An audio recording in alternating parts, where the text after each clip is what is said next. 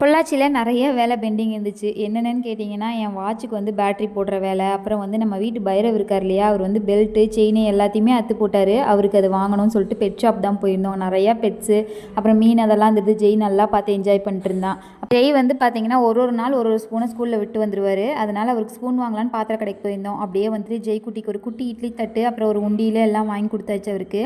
Evening time போனோம் அப்படிங்கிறதால கொஞ்சம் ஸ்நாக்ஸ் சாப்பிடுவோன்னு சொல்லிட்டு காளான் ஃப்ரையும் பானிபூரியும் சாப்பிட்டு வீட்டுக்கு வந்ததையும் ஃபஸ்ட்டு வேலையாக இவரோட பெல்ட்டை மாற்றி விட்ருவோன்னு சொல்லிட்டு பைரவ் கிட்ட போராடி எப்படியோ வந்து புது பெல்ட் மாட்டியாச்சு. புது பெல்ட் மாட்டினதையும் அப்படியே ஒரு ரவுண்டு ஃபுல்லாக சுற்றி வந்தார். சரி அவன் போகிற போக்கில் எல்லாம் கொஞ்சம் நேரம் போக வச்சு அப்புறம் கூப்பிட்டு வந்து கட்டி வச்சுட்டு அடுப்புக்கு வந்து பார்த்திங்கன்னா இந்த பட்டன் வாங்கிட்டு வந்திருந்தேன். அதையும் மாட்டி விட்டுட்டு நைட் டின்னருக்கு வந்து புளிச்சட்னி அரைச்சாச்சு. எங்களுக்கெல்லாம் பெரிய இட்லி, ஜெய்குட்டிக்கு வந்து குட்டி இட்லி. ஊற்றுனதெல்லாம் சரி எப்படி வைக்கிறதுன்னு தெரியாமல் இட்லிக்குள்ளேயே வச்சுட்டேன்.